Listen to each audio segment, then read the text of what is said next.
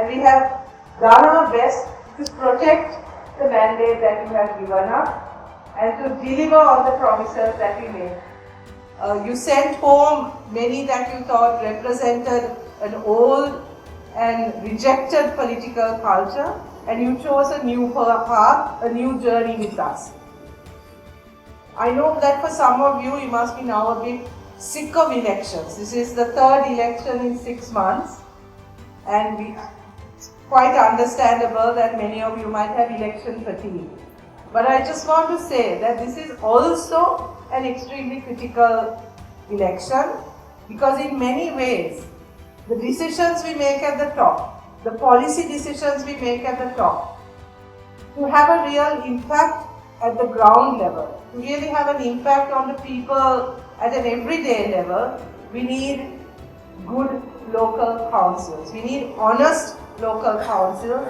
We need incorruptible local councils. We also need the local council to be aligned with the political culture and the policies at the top. If there's a misalignment, if there are contradictions, it makes it very difficult to implement things that we design from the top to implement it at the local level.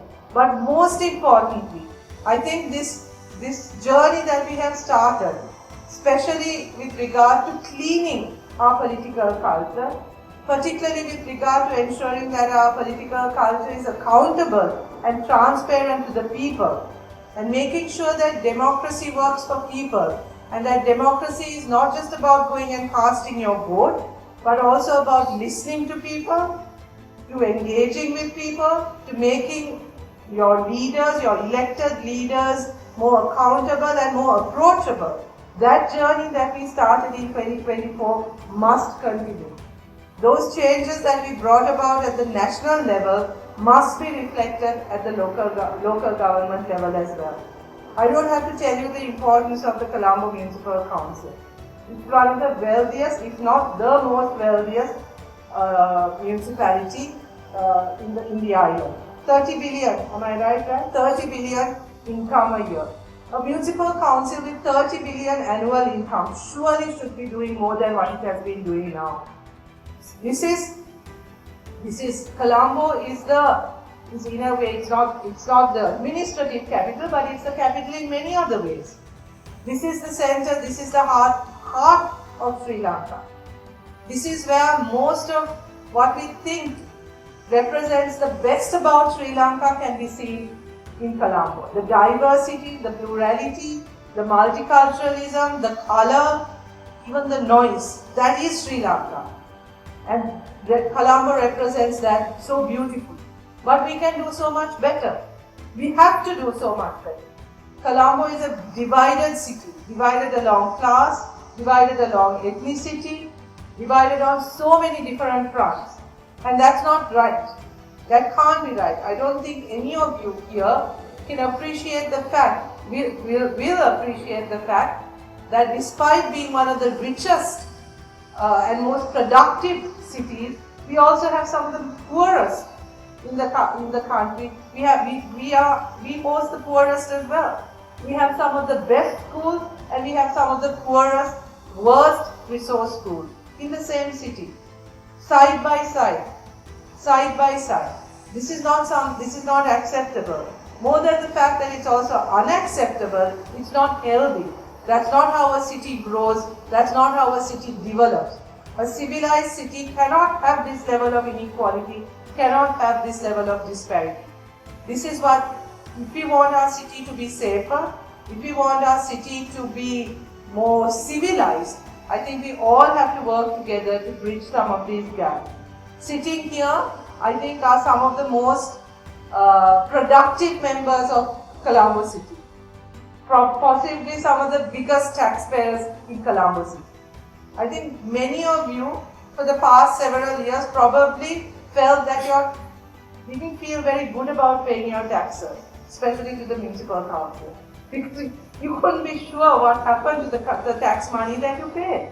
Your hard work, your tax, and then you have to sit back and bribe someone to get something done, or beg or plead with someone to get something done. That is your right as a citizen, as a taxpayer.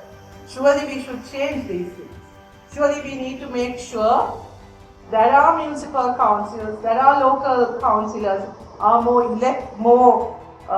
responsive to people, are more sensitive to people's needs, and are more accountable. These are the basic fundamentals of how a good municipal council should run. This is why we are putting forward before you a team like this. I don't think you will see this combination in any other political platform. I have known these people almost all my political life. I have known Rai since she first decided to maybe sort of think about a political career. She worked very briefly with me as my tribal secretary when I first entered Parliament in 2020. I said briefly because we had bigger ambitions for her, and being my tribal secretary was a constraint to those bigger ambitions, and we quickly pushed her into something else.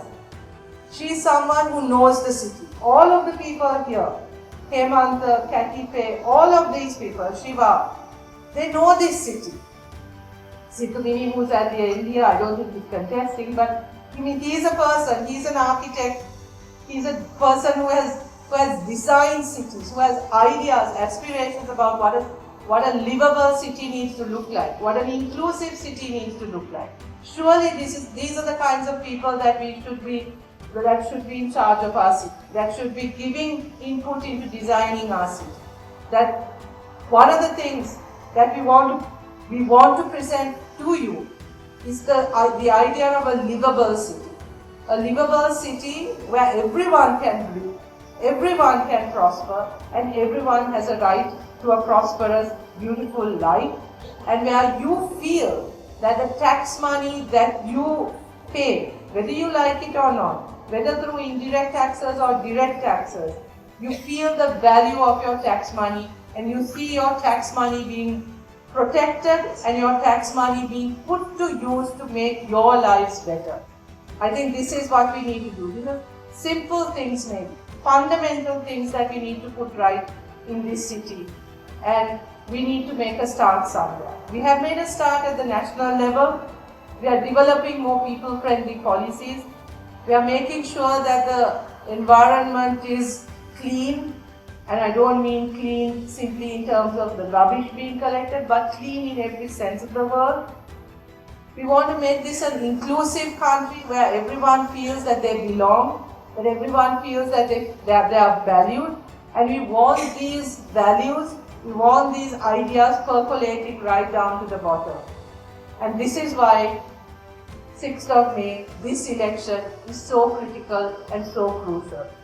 So please, you began a journey in 2024. The people of this country, the citizens of this country started this journey in 2024 against all odds. No one thought this was possible. This kind of transition, this kind of change usually happens after years of struggle, usually happens after a bloodbath. But Sri Lanka managed it peacefully, democratically. That speaks volumes for the maturity and the political understanding of our citizens, and that's you. You have to take credit for this change that you've initiated, and I think together we need to all make sure that this transition is protected, that this transition is managed, and that we really are able to deliver on the hope and the expectations that the people had in 2024 when they made this change. So therefore, I appeal to you, let's go on this journey together. This is a collective journey. This is very much a journey that is made with holding each other's hands.